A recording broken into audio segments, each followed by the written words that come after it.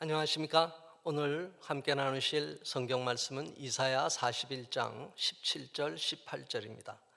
가련하고 가난한 자가 물을 구하되 물이 없어서 갈증으로 그들의 혀가 마를 때에 나 여호와가 그들에게 응답하겠고 나 이스라엘의 하나님이 그들을 버리지 아니할 것이라.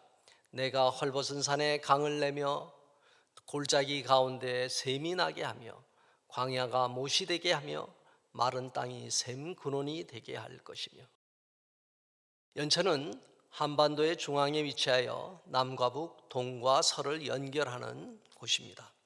한반도 지도에서 동북쪽 끝인 북한의 온성군과 서남쪽 끝인 남한의 신안군, 서북쪽 끝 신의주와 동남쪽 끝 부산을 연결하면 대각선이 교체하는 지점이 연천이 됩니다.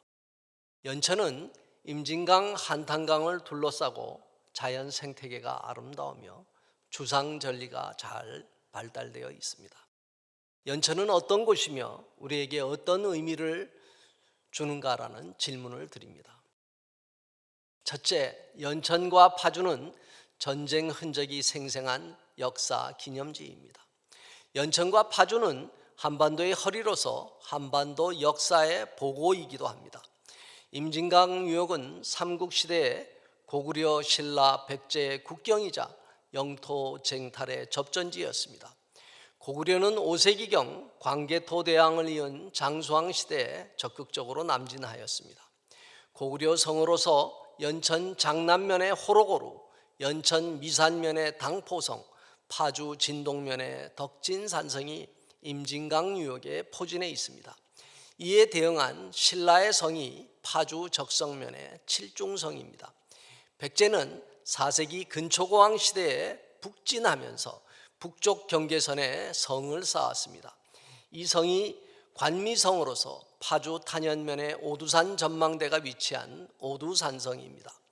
7세기 신라 문무왕 때 당나라와의 격전지인 매소성은 연천 청산면에 위치하고 있습니다.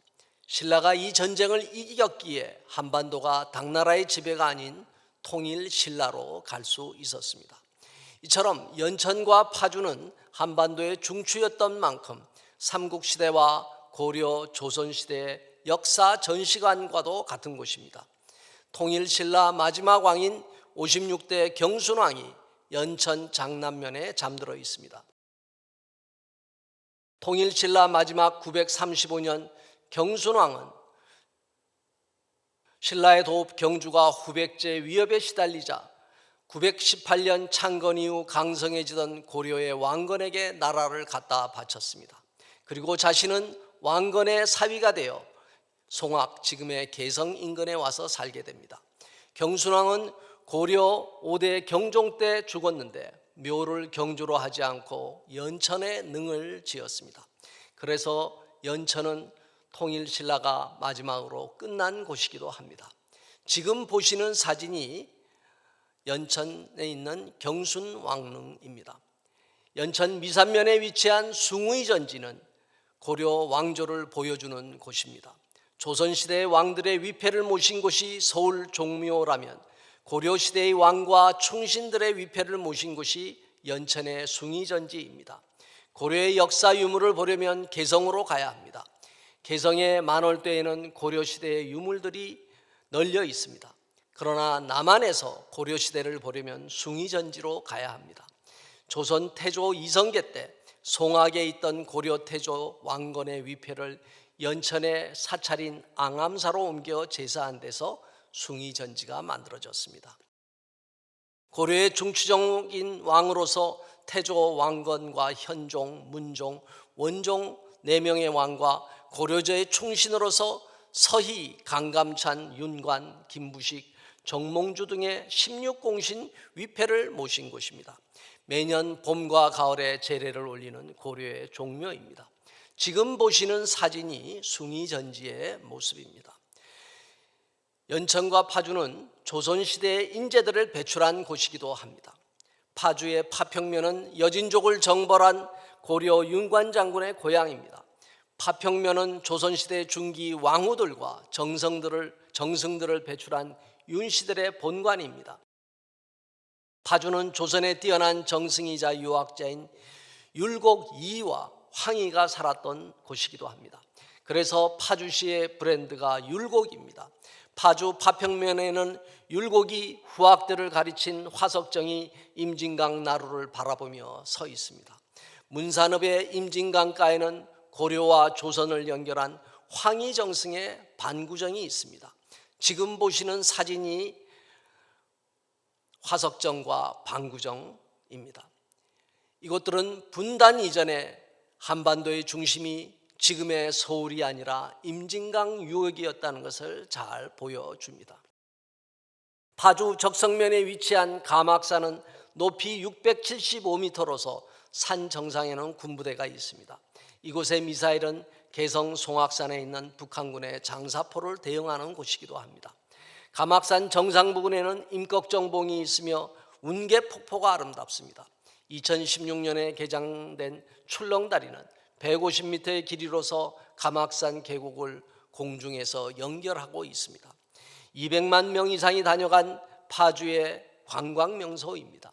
지금 보시는 사진이 가막산의 출렁다리 모습입니다. 가막산 입구에는 영국군의 설마리 전투 기념공원이 있습니다.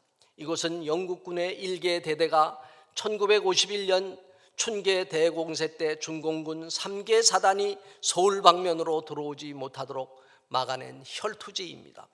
글로스터 대대 부도회원의 전사와 포로로 이어진 전투는 중공군의 남진을 막아내었습니다. 그래서 이곳을 기념하고자 만든 공원인데 영연방 국가의 사람들이 많이 방문하는 곳이기도 합니다. 지금 보시는 사진이 설마리 기념공원 모습입니다. 연천에는 중부전선을 지키는 여러 전망대로서 태풍 전망대, 열세 전망대 등이 있습니다. 승조 높이 전망대는 철책선 300m를 걸으면서 국군 GOP 초소와 북한군 GP를 관찰할 수 있는 곳입니다.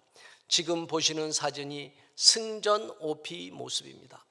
연천은 중부 내륙의 남북을 연결하는 경원선이 지나는 곳입니다. 현재 동두천 소요산역에서 출발하는 경원선은 전곡과 연천읍을 지나 철원 백마고지역까지 운행되고 있습니다. DMZ 중부를 남북으로 연결하는 경원선이 앞으로 금강산을 지나 원산까지 연결되기를 기도합니다. 둘째, 임진강 한탄강 유역의 생태 환경을 잘 보존해야 합니다. 임진강 한탄강은 한반도의 허리를 흐르는 강입니다. 한반도 중간에서 남과 북을 연결하며 흐릅니다. 임진강은 함경남도 덕원군 마식령 산맥에서 발원하는데 길이가 총 254km로서 북한 지역에 160km, 남한 지역에 94km를 흐릅니다. 임진강은 연천에서 파주로 흘러 오두산에서 한강과 만나 김포와 강화를 거쳐 서해로 빠져갑니다. 홍수 조절지로서 북한의 환강댐과 남한의 군남댐이 있습니다. 한탄강은 총 136km 길이로서 발원지는 북한의 강원도 평강 추가령입니다.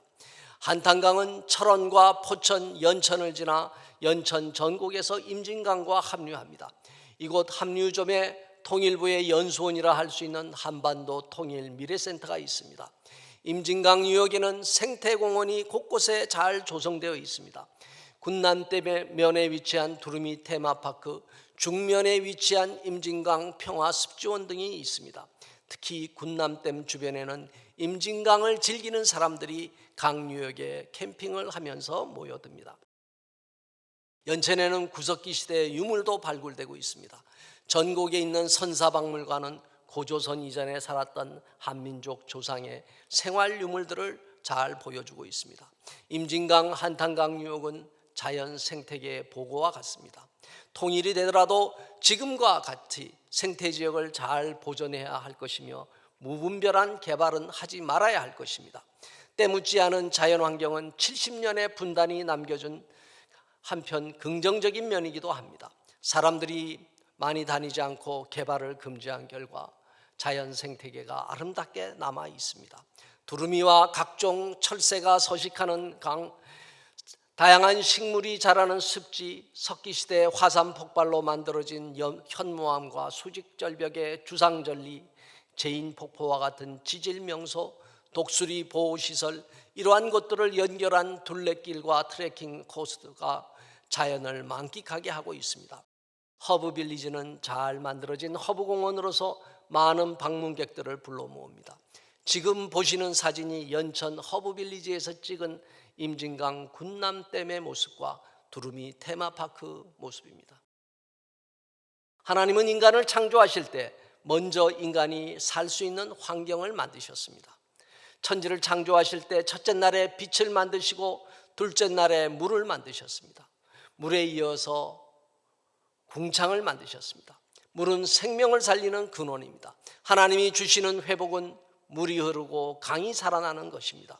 그리고 나서 땅에 자라는 풀과 채소, 나무와 같은 식물을 지으셨습니다. 이어서 바다의 물고기와 공중의 새, 땅의 짐승들을 지으셨습니다. 그리고 나서 여섯째 날에 하나님의 형상을 가진 인간을 창조하셨습니다. 그러나 인간은 죄로 말미암아 타락하여 하나님을 떠나게 되었습니다. 하나님은 자신의 아들인 예수 그리스도를 보내어 십자가의 보혈로 인간을 구원하셨습니다. 이처럼 예수님의 피는 구원을 주시는 적색 은총입니다. 붉은색의 은총입니다. 인간은 자신의 죄로 인해 자연세계도 타락시켰습니다. 하나님의 구원은 인간에게만 한정되는 것은 아닙니다. 하나님은 인간을 넘어 자연세계도 치유하고 회복시키십니다. 새하늘과 새 땅은 전 우주적인 구원입니다. 자연 생태계가 회복될 때는 동물까지도 변화되리라고 말씀하십니다.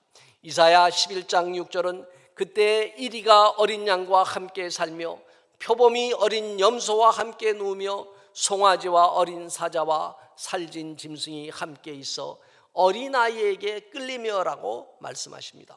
요한계시록 22장에 나오는 새하늘과 새 땅은 수정같이 맑은 생명수의 강과 그 강가에 맺히는 생명나무의 열매들로 나타납니다.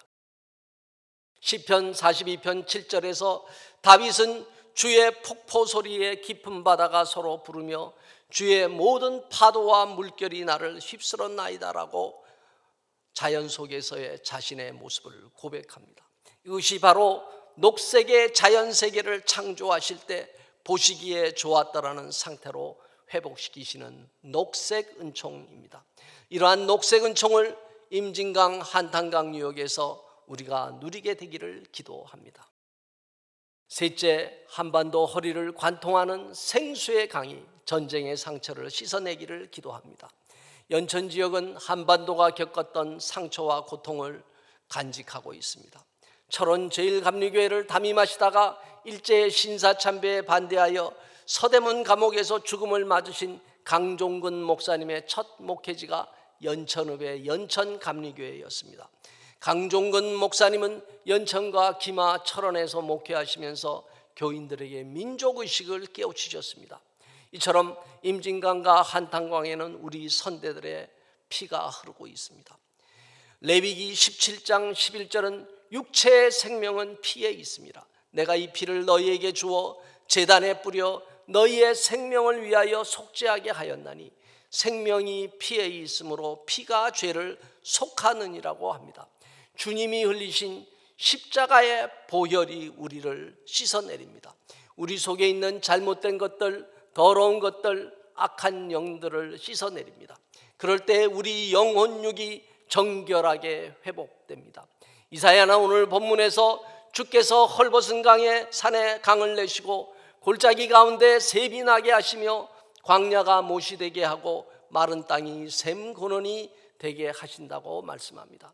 광야에 살았던 이스라엘 백성에게 샘은 생명과도 같은 곳이었습니다. 그들은 이른 비, 늦은 비를 통해 하늘로부터 내려오는 비를 하나님의 임재로 여겼습니다. 호세아 선지자는 여호와의 나타나심은 땅을 적시는 비와 같이 우리에게 임한다고 말씀합니다. 죄악의 땅에서 참된 회개의 기도를 드릴 때 하나님은 비로소 응답해 주십니다. 그리고 그 비가 다시 샘으로 솟아나게 됩니다. 요한복음 7장 38, 39절은 나를 믿는 자는 성경의 이름과 같이 그 배에서 생수의 강이 흘러나오리라 하시니 이는 그를 믿는 자들이 받을 성령을 가리켜 말씀하신 것이라고 합니다. 이 생수가 창세기 2장에 나오는 에덴 동산에서 발원하는 내 근원의 강을 이룹니다. 이 생수가 성경의 마지막인 요한계시록 22장 1절에서 또 그가 수정같이 맑은 생명수의 강을 내게 보이니 하나님과 및 어린 양의 보좌로부터 나와서라고 합니다. 성령의 생수는 하나님과 어린 양으로부터 흘러나옵니다. 이 생수의 강은 위로부터 흘러내리는 성령의 임재하심입니다. 이 생수는 우리의 영혼육을 치유합니다. 임진강과 한탄강을 체험하는 우리들이 성령님이 주시는 생수의 강을 함께 체험하기를 원합니다. 생수의 강이 우리를 영적으로 치유하고 회복시키기를 간절히 기도합니다. 기도하겠습니다. 하나님, 우리를 생명의 생수로 씻어 주시옵소서. 우리 속에 있는 더러운 것들이 그 생수로 씻겨내리게 하여 주옵소서. 임진강과 한탄강의 물이 이러한 생수의 강물이 되게 하옵소서. 이곳에 있는 자연 생태의 환경들이 하나님의 손길을 느끼게 하는 녹색 은총의 자리가 되게 하여 주옵소서. 피 흘렸던 전쟁의 장소가 주님이 흘리신 보혈로 치유되고 살아나게 하옵소서.